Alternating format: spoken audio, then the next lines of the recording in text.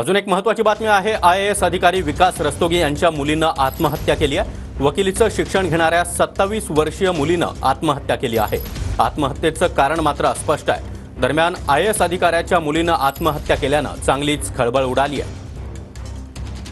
आणि या संदर्भात अधिक माहिती देण्यासाठी आमचे प्रतिनिधी कृष्णा सोनारवाडकर सध्या आपल्या सोबत आहेत। कृष्णा, नेमका काय प्रकार घडलाय? सागर, आपण पाहतो की मध्यरात्री 3च्या सुमारास मंत्रालयाच्या अगदी समोर असणाऱ्या सुनीती ही जी शासकीय अपार्टमेंट आहे तिथल्या 10व्या मजल्यावरून या मुलीने उडी मारून आत्महत्या केल्याचं समोर आलेलं आहे। आणि आपण पाहतो की सुनीती अपार्टमेंटजवळ आता पोलिसांचं पथक हे पोहोचलेलं आहे।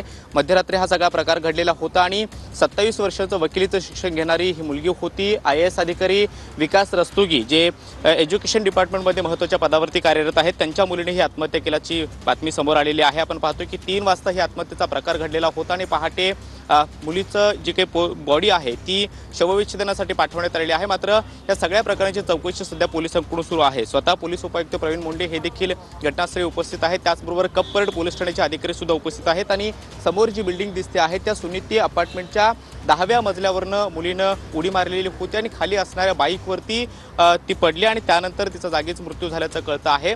मुलीने एक सुसाईड नोट सुद्धा लिहिल्याचं कळतं आणि यामध्ये डिप्रेशनमध्ये नक्कीच कृष्णा, धन्यवाद या सविस्तर माहितीसाठी।